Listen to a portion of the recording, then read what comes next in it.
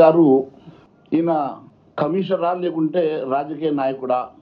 నాకు అర్థం కానటువంటి అంశం ఏంటంటే కేవలం హిందువుల బిల్డింగ్లు కూల్చడానికి మాత్రమే మీరు ఏమన్నా ఎజెండా తీసుకున్నారా? హైడ్రా కమిషనర్ రంగనాథ్ గారి పరిస్థితి చూస్తూ ఉంటే పని తక్కువ, పబ్లిసిటీ ఎక్కువ. రోజు ఇంటర్వ్యూలకు ఇచ్చేటువంటి సమయం ఒక రాజకీయ నాయకుడిని మించి పబ్లిసిటీ హైప్ కోసం పనిచేస్తున్నటువంటి రంగనాథ్ ఐపీఎస్ గారు. జనరల్గా పొలిటీషియన్స్ పబ్లిసిటీ కోసం తాపత్రయపడతారు, కానీ పొలిటీషియన్స్ కన్నా ఎక్కువ పబ్లిసిటీ తాపత్రయం పడేటువంటి రంగనాథ్ గారు అసలు మీరు ఏం కోరుతా ఉన్నారు, మీ ఎజెండా ఏందో ప్రజానీకానికి చెప్పాల్సిన అవసరం ఉన్నది. ఐపీఎస్ అధికారు వారి వృత్తిలో భాగంగా అవసరమైతే తప్ప మీడియా ముందుకు రారు. కానీ ఎక్కడ పడితే అక్కడ ఎవరికి పడితే వారికి ఇంటర్వ్యూలు ఇస్తూ వారిని వారు ప్రమోట్ చేసుకునేటువంటి ప్రయత్నం చేస్తున్నటువంటి రంగనాథ్ గారు అదే పనిగా ఇంటర్వ్యూలు ఇచ్చుకుంటూ కొన్నిసార్లు కొంతమంది రాజకీయ నాయకుల్ని పరోక్షంగా డైరెక్ట్గా కూడా టార్గెట్ చేస్తున్నట్టుగా మాకు అవపడుతున్నది.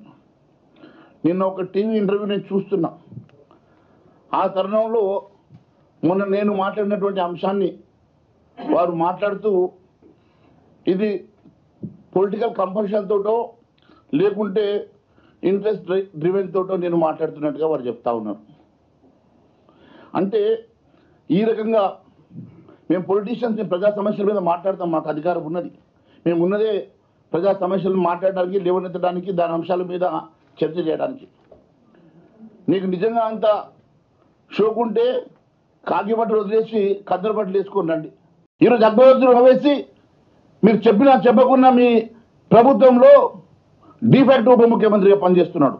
మీరు సాక్షాత్తు సభలో చెప్పారు, మీరు నా వైపు రండి, నేను ఉప ముఖ్యమంత్రి చేస్తాను. ఆ రోజు మీరు అఫీషియల్గా అనౌన్స్ చేశారా, అన్అఫీషియల్గా అనౌన్స్ చేశారా?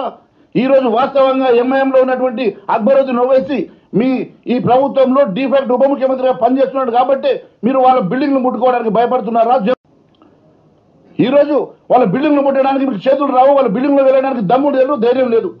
ఈ రాష్ట్రంలో ఎక్కడ లేని విధంగా మీరు చేస్తున్నటువంటి ఈ హైడ్రాలో కేవలం హిందువులు నివసించేటువంటి ప్రాంతంలో చేస్తున్నటువంటి ఈ కూలకొట్టులు ఎందుకు ఓల్డ్ సిటీకి వెళ్ళడం లేదు?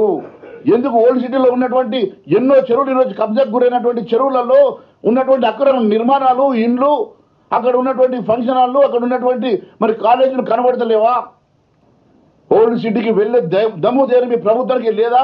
లేకుంటే పూర్తిగా ఓవైసీ కనుసైగల్లో ఈరోజు ఈ రాష్ట్ర ప్రభుత్వం నడుస్తున్నదని అనుమానాలు వస్తున్నాయి.